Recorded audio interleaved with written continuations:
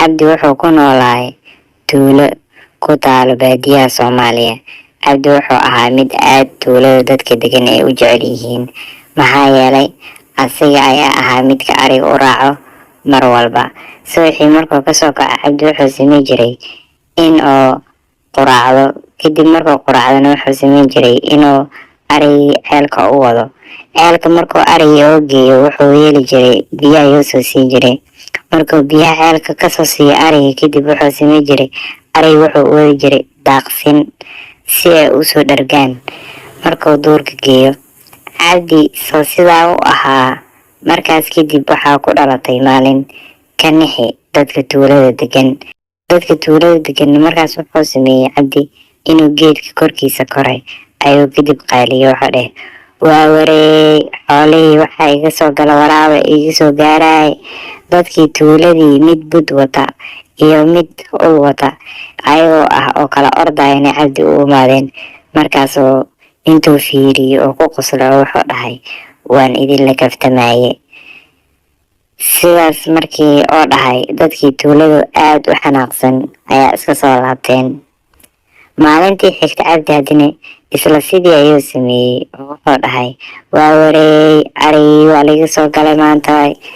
dadkii markii tuuladii ee soo kala carareen ee u imaadeen, wuxuu dhahay, waa idinka gashtay oo mar kale waa idin siray. dadkii tuuladu aad u carooday ayaa kadib iska soo laabtay oo tuuladooda ayay isaga soo laabteen. cabdina habeenkii wuu iska soo hooyaaday xoolihiis isagoo wata.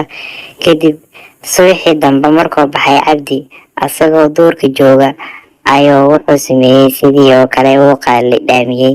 markuu qaali dhaamiyey ee dadkii tuuladii ee qaaladiisa ee maqleen, waxay dhaheen, waa kii beenaalaha ahay ee warkiisa naga dhaaf. laakiin maalintan oo qaalinayo, arigii waraabo rumaatay ayaa u imaaday oo arigiina ka dhameeyey. kadib cabdi xaafadiisa isaga soo laabtay, asigii xoolihii laga cunay. xoolihii waxaa cunay waraabe. markaasay waxay dhaheen, beentaadii hore runtaadii dambe ayuu u baasbaxday. cabdi koodii hore beentii oo sheegi jiray ayaa keentay in runtiisiina la aamini waayo.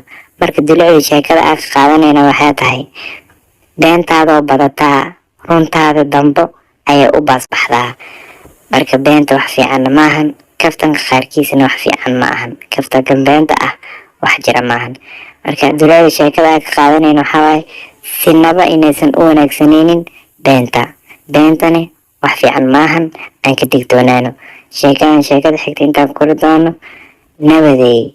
subscribe-ka iyo like-tana ha iloobina, si aan sheekooyinka aan idinku soo badiyo ee dhiirigelin iyo noqoto. waan idin salaamay asxaabteyda.